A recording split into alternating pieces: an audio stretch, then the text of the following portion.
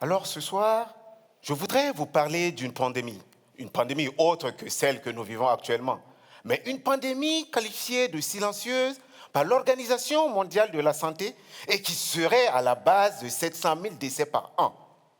Elle constitue de nos jours l'une des plus graves menaces pesant sur la santé mondiale, la sécurité alimentaire. Tenez-vous bien, elle est aussi préoccupante que le changement climatique. Donc cela doit retenir notre attention.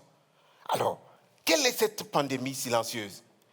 Je vais nommer la résistance bactérienne aux antibiotiques, qui est le fruit de nos comportements, nos mauvaises utilisations, l'utilisation irrationnelle, voire abusive des antibiotiques, nos mauvaises pratiques de prévention et de lutte contre les infections, à savoir dans la santé humaine, la santé animale, l'agriculture et l'environnement.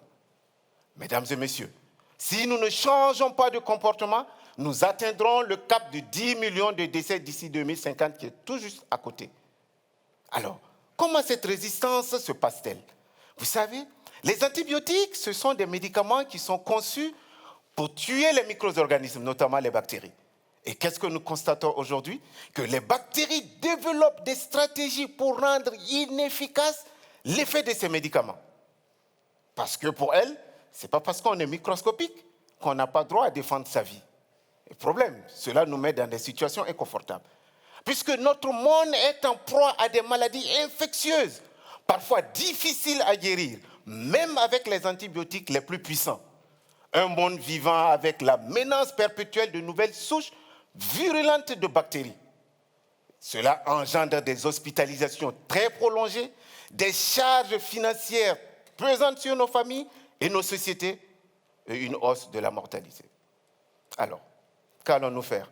Allons-nous rester là à regarder nos parents, nos enfants mourir d'infections bactériennes? Certainement pas. Et c'est fort de ce constat que dans mon projet de thèse, j'ai choisi de comprendre ce problème et contribuer à sa solution. En quoi faisant?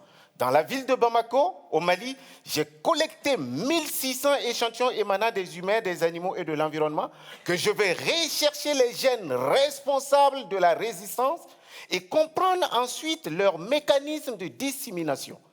Et cela pourrait me permettre de mieux maîtriser cette pandémie silencieuse pour que vous et moi, nous ayons un jour un avenir radieux. Il est important de savoir qu'un monde sans antibiotiques efficaces est un problème sur plusieurs fronts. Je vous remercie. Merci beaucoup. Allez.